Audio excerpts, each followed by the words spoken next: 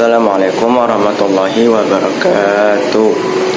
Perkenalkan, nama saya Muhammad Said Agil dengan NIM 20020114014. Perwakilan dari kelompok 10 akan menjelaskan mengenai materi perlawanan atau verzet dan juga materi banding. Langsung saja kita ke materi yang pertama, yaitu perlawanan atau verzet. Verzet adalah suatu upaya hukum terhadap suatu putusan di luar hadirnya pihak tergugat atau disebut putusan verstek. Berdasarkan ketentuan tersebut, upaya hukum yang dapat diajukan terhadap putusan verstek adalah perlawanan atau verzet. Verzet artinya perlawanan terhadap putusan verstek yang telah dijatuhkan pengadilan tingkat pertama yang diajukan oleh tergugat yang diputus verstek tersebut dalam waktu tertentu yang diajukan ke pengadilan negeri yang memutus perkara itu juga. Pada asasnya, perlawanan ini disediakan bagi pihak tergugat yang pada umumnya dikalahkan. Bagi penggugat yang dikalahkan dengan putusan verstek, tersedia upaya hukum yaitu banding. Jadi, apabila tergugat dijatuhkan putusan verstek dan dia keberatan atasnya, tergugat dapat mengajukan perlawanan atau verzet, bukan upaya banding. Kemudian syarat acara verzet. Dalam praktik peradilan, maka apabila tergugat yang diputus dengan verstek mengajukan verzet, maka kedua perkara tersebut dijadikan satu dan dalam register diberi satu nomor perkara. Penggugat yang diputus verstek bisa mengajukan banding bila ia tidak diterima oleh karena gugatannya dinyatakan tidak dapat diterima atau ditolak. Bila penggugat yang diputus verstek melakukan banding, maka tergugat yang tidak hadir tidak bisa verzet atau melakukan perlawanan. Tenggang waktu mengajukan perlawanan atau verzet adalah 14 hari setelah diberitahukan dan diterimanya putusan verstek oleh tergugat. Kemudian proses pemeriksaan verzet. Proses pemeriksaan verzet dilakukan dengan cara-cara sebagai berikut. Yang pertama, perlawanan diajukan kepada pengadilan negeri yang menjatuhkan putusan verstek. Agar permintaan perlawanan memenuhi syarat formil, maka yang pertama diajukan oleh tergugat sendiri atau kuasanya. Yang kedua, disampaikan kepada pengadilan negeri yang menjatuhkan putusan verstek sesuai dengan tenggang waktu yang ditentukan. Dan yang ketiga, perlawanan ditujukan kepada putusan verstek tanpa menarik pihak lain selain daripada penggugat semula. Kemudian yang kedua, perlawanan terhadap verstek bukan perkara baru. Maksudnya, perlawanan merupakan satu kesatuan yang tidak terpisah dengan gugatan semula. Maka perlawanan bukan perkara baru, akan tetapi merupakan bantahan yang ditujukan kepada ketidakberatan dalil-dalil gugatan dengan alasan putusan verstek yang dijatuhkan keliru atau tidak benar. Yang ketiga, perlawanan mengakibatkan putusan verstek mentah kembali. Maksudnya, apabila putusan verzet atau perlawanan terhadap putusan verstek, maka dengan sendirinya putusan verstek menjadi mentah kembali. Kemudian yang keempat, pemeriksaan perlawanan dilakukan terhadap materi verzet. Materi verzet di sini adalah tanggapan terhadap putusan verstek atau dalil-dalil penggugat asal. Verzet atau perlawanan hanya mempermasalahkan alasan ketidakhadiran tergugat menghadiri pengadilan. Kemudian bentuk putusan verzet. Yang pertama, perlawanan atau verzet tidak dapat diterima. Bentuk putusan yang menyatakan verzet tidak dapat diterima harus dicantumkan amar berisi penegasan menguatkan putusan verstek, sehingga amar selengkapnya berbunyi. Yang pertama, menyatakan pelawan sebagai pelawan yang tidak benar atau pelawan yang salah. Yang kedua, menyatakan perlawanan atau verzet dari pelawan tidak dapat diterima. Dan yang ketiga, menguatkan putusan verstek. Yang kedua, menolak perlawanan atau verzet. Amar putusannya selengkapnya berbunyi sebagai berikut. Yang pertama, menyatakan pelawan sebagai pelawan yang tidak benar. Yang kedua, menolak perlawanan pelawan. Dan yang ketiga, menguatkan putusan verstek.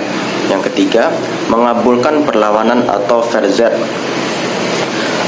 bunyi putusan amar yang dijatuhkan selengkapnya, yaitu yang pertama menyatakan sebagai pelawan yang benar, yang kedua mengabulkan perlawanan pelawan, yang ketiga membatalkan putusan Verstek, dan yang keempat menolak gugatan terlawan. Kemudian materi banding. Banding ialah upaya hukum yang dilakukan bila mana ada salah satu pihak yang tidak puas terhadap suatu putusan pengadilan tingkat pertama. Menurut pasal 21 ayat 1 Undang-Undang Nomor 4 Tahun 2004 tentang kekuasaan kehakiman berbunyi, terhadap putusan pengadilan tingkat pertama dapat dimintakan banding kepada pengadilan tinggi oleh pihak-pihak yang bersangkutan, kecuali undang-undang menentukan lain. Yang dimaksud dengan pengecualian itu ditujukan pada perkara perdata yang tidak perlu dimintakan banding, tetapi langsung kasasi ke Mahkamah Agung. Kemudian tenggang waktu mengajukan banding ialah 14 hari sejak putusan dibacakan bila para pihak hadir, atau 14 hari setelah pemberitahuan putusan. Kemudian prosedur mengajukan permohonan banding. Yang pertama, diajukan di kepaniteraan pengadilan negeri di mana putusan tersebut dijatuhkan dengan terlebih dahulu membayar lunas biaya permohonan banding. Yang kedua, permohonan banding dapat diajukan tertulis atau lisan oleh yang bersangkutan atau kuasanya. Yang ketiga, panitera pengadilan negeri akan membuat akte banding yang memuat hari dan tanggal diterimanya permohonan banding yang ditandatangani oleh panitera dan pembanding.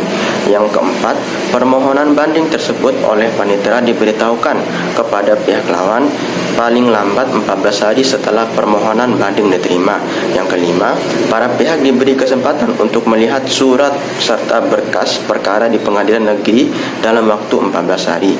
Yang keenam, walau tidak diharuskan, pembanding berhak mengajukan memori banding, sedangkan terbanding berhak mengajukan kontra memori banding, dan tidak ada jangka waktu pengajuannya sepanjang perkara belum diputus oleh pengadilan tinggi masih diperkenankan. Dan yang ketujuh, pencabutan permohonan banding tidak diatur dalam undang-undang sepanjang belum diputuskan oleh pengadilan tinggi, pencabutan permohonan banding masih diperbolehkan. Mungkin sekian materi dari saya, lebih dan kurangnya mohon maaf. Assalamualaikum warahmatullahi wabarakatuh. Assalamualaikum warahmatullahi wabarakatuh. Saya Maika Diana Agustin dengan NIM 200201614 akan melanjutkan materi yang sebelumnya sudah dijelaskan oleh Mas Agil. Di sini saya akan menjelaskan tentang kasasi dan juga peninjauan kembali. Yang pertama yaitu kasasi. Kasasi merupakan pembatalan putusan oleh Mahkamah Agung. Pengertian pengadilan kasasi adalah pengadilan yang memeriksa apakah judek fakti tidak salah dalam melaksanakan peradilan. Upaya hukum kasasi itu sendiri adalah upaya agar putusan PA dan PTA, PTUN dan PTTUN, PTPN dan PTN dibatalkan oleh MA dengan alasan telah salah dalam melaksanakan peradilan.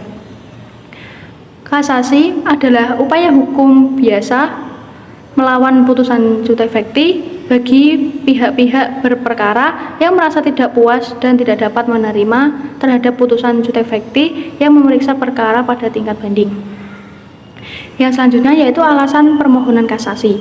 Yang pertama yaitu tidak berwenang, baik kewenangan absolut maupun relatif, untuk melampaui batas wewenang. Yang kedua yaitu salah menerapkan atau melanggar hukum yang berlaku. Yang ketiga, lalai memenuhi syarat-syarat yang diwajibkan oleh peraturan perundang-undangan yang mengancam kelalaian dengan batalnya putusan yang bersangkutan. Yang selanjutnya yaitu syarat kasasi.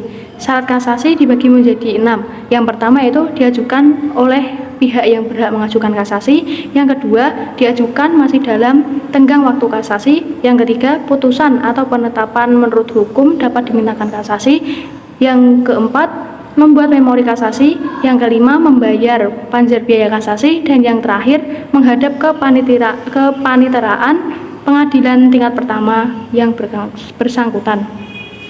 Selanjutnya, apabila berkas perkara belum dikirimkan ke Mahkamah Agung, maka yang pertama, pencabutan disampaikan kepada pengadilan yang bersangkutan baik secara tertulis maupun lisan. Yang kedua yaitu kemudian oleh panitera dibuat akta pencabutan kembali permohonan kasasi. Yang ketiga, pemohon tidak dapat lagi mengajukan permohonan kasasi walaupun tenggang waktu masih belum habis. Yang keempat yaitu berkas perkara tidak perlu diteruskan ke Mahkamah Agung. Sementara apabila berkas yang sudah dikirimkan ke Mahkamah Agung, maka yang pertama, pencabutan disampaikan melalui pengadilannya bersangkutan atau langsung ke Mahkamah Agung. Yang kedua, apabila pencabutan disampaikan melalui pengadilan, maka pencabutan segera dikirimkan ke Mahkamah Agung. Yang ketiga, apabila permohonan kasasi belum diputuskan, maka Mahkamah Agung akan mengeluarkan penetapan yang isinya bahwa mengabulkan permohonan pencabutan kembali perkara kasasi dan memerintahkan untuk mencoret perkara kasasi. Yang keempat, apabila permohonan kasasi telah diputuskan, maka pencabutan kembali tidak mungkin dikabulkan. Yang selanjutnya yaitu tenggang waktu mengajukan kasasi. Adapun tenggang waktu pengajuan kasasi sama dengan pengajuan banding. Apabila syarat-syarat kasasi tersebut tidak dipenuhi, maka berkas perkaranya tidak akan dikirim ke Mahkamah Agung. Yang selanjutnya yaitu peninjauan kembali. Peninjauan kembali hanya dapat dilakukan oleh Mahkamah Agung sebagaimana yang terdapat dalam Undang-Undang Nomor 14 Tahun 1985 tentang Mahkamah Agung. Dan apabila terjadi hal-hal atau keadaan yang ditentukan oleh undang-undang terhadap putusan pengadilan yang telah memperoleh kekuatan hukum tetap, dapat dimintakan peninjauan kembali kepada Mahkamah Agung dalam perkara perdata dan pidana oleh pihak-pihak yang berkepentingan. Selanjutnya yaitu syarat permohonan peninjauan kembali. Adanya putusan didasarkan pada suatu kebohongan atau tipu muslihat pihak lawan yang diketahui setelah perkaranya diputus atau didasarkan pada bukti-bukti yang kemudian oleh hakim pidana dinyatakan palsu. Yang kedua yaitu apabila perkara sudah diputus tetapi masih ditemukan surat-surat bukti yang bersifat menentukan yang ada pada waktu perkara diperiksa dan tidak dapat ditemukan. Bukti-bukti baru ini disebut dengan novum. Yang ketiga yaitu ada suatu bagian dari tuntutan belum diputus tanpa pertimbangan sebab-sebabnya. Yang selanjutnya yaitu apabila antara pihak-pihak yang sama mengenai sesuatu yang sama atau dasarnya sama diputuskan oleh pengadilan yang sama tingkatnya tetapi bertentangan dalam putusannya satu sama lain. Yang kelima yaitu apabila dalam suatu putusan terdapat kekhilafan hakim atau suatu kekeliruan yang nyata. Yang terakhir yaitu tenggang waktu pengajuan peninjauan kembali. Berdasarkan ketentuan pasal 69 Undang-Undang Nomor 14 Tahun 1985, jangka waktu pengajuan peninjauan kembali adalah 180 hari setelah putusan berkekuatan hukum tetap. Di mana selanjutnya berdasarkan pasal 70 Undang-Undang ini, Mahkamah Agung memutuskan permohonan peninjauan kembali pada tingkat pertama dan juga akhir. Demikian materi yang dapat saya sampaikan, kurang lebihnya saya mohon maaf. Wassalamualaikum warahmatullahi wabarakatuh. Baik, di sini akan saya lanjutkan untuk menjelaskan materi selanjutnya yaitu tentang perlawanan pihak ketiga. Sebenarnya deadline first terhadap putusan first take itu baru bisa dilakukan pada saat pelaksanaan eksekusi terhadap putusan first take tersebut. Jadi, sebelum dieksekusi atas putusan first take yang telah berkekuatan hukum tetap dilaksanakan, perlawanan pihak ketiga sudah dapat dipastikan akan ditolak oleh majelis hakim yang menyidangkan perkara deadline first tersebut. Hal tersebut dikarenakan bahwa upaya hukum atas putusan first take tersebut bukanlah deadline first melainkan first. Sangatlah tepat dan sesuai dengan karakter deadline first hanya pada saat pelaksanaannya putusan first take atau eksekusi barulah upaya hukum deadline first dapat diajukan. Terus apabila nanti dikabulkan atau ditolak itu tergantung kemampuan pihak perlawanan untuk membuktikan dalil-dalil perlawanan tersebut. Jadi perlawanan pihak ketiga ini diterima oleh pengadilan dan setelah diadakan pemeriksaan ulang ternyata keputusannya tetap merugikan pihak ketiga, itu maka pihak ketiga dapat mengajukan perlawanan terhadap putusan pengadilan di tingkat banding. Perlawanan pihak ketiga itu harus diajukan sebelum eksekusi dijalankan Sebab apabila eksekusi sudah terlanjur dilakukan, maka perlawanan tersebut harus dinyatakan tidak dapat diterima dan yang bersangkutan hanya dapat mengajukan gugatan ganti rugi kepada tergugat yang semula telah merugikan mereka. Karena merupakan upaya hukum luar biasa, maka perlawanan pihak ketiga dapat pada asasnya tidak menangguhkan eksekusi kecuali apabila ketua pengadilan negeri yang bersangkutan itu memerintahkan untuk menangguhkannya. Penangguhan tersebut dapat dilakukan apabila sudah jelas tanpa objeknya bahwa perlawanan tersebut benar-benar beralasan baik karena melihat dari bukti-bukti yang diajukan perlawanan maupun karena mendapat laporan dari majelis hakim yang memeriksa perlawanan tersebut. Penangguhan mana harus dilakukan dengan surat penetapan. Apabila ternyata perlawanan itu dikabulkan, maka eksekusi tetap ditangguhkan tetapi sebaliknya apabila perlawanan ditolak, maka eksekusi dilanjutkan dengan mencabut penetapan penangguhan yang telah dikeluarkan sebelumnya, dan untuk itu maka dalam amar putusan penolakan perlawanan supaya ditegaskan pula perintah untuk melanjutkan eksekusi. Selain itu, dalam amar putusan yang mengabulkan perlawanan harus pula memerintahkan pengangkat sita yang telah diletakkan atas objek sengketa. Lebih-lebih, jika dalam amar putusan tersebut tidak mencantumkan bahwa putusan perkara yang dilawan tidak mempunyai kekuatan hukum pengikat. Meskipun pelaksanaan pengangkatan sita tersebut secara nyata belum dapat dilakukan apabila pihak terlawan itu mengajukan banding. Dalam hal perlawanan ditolak dan pelawan mengajukan banding, maka eksekusi tetap dilaksanakan karena putusan telah berkekuatan hukum tetap. Dirjen Verzet atau perlawanan pihak ketiga merupakan upaya hukum atas penyitaan milik pihak ketiga. Terus dalam praktik, penggugat selalu mengajukan keberatan atas penyitaan yang diletakkan terhadap harta kekayaannya dengan dalih barang yang disita adalah milik pihak ketiga. Dalil dan keberatan itu dalil dan keberatan itu kebanyakan tidak dihiraukan pengadilan atas alasan sekiranya barang itu benar milik pihak ketiga. Terus dia dapat mengajukan keberatan melalui upaya Dirjen Verzet. Ternyata meskipun sita telah diletakkan di atasnya, tidak ada perlawanan yang muncul dari pihak ketiga. Oleh karena itu, cukup alasan yang menduga harta tersebut milik tergugat bukan milik pihak ketiga. Jika barang tersebut memang benar milik pihak ketiga, yang bersangkut dapat mengajukan perlawanan dalam bentuk Dirjen Verzet atau perlawanan pihak ketiga dapat conservatoire bis like. Sekian dari saya.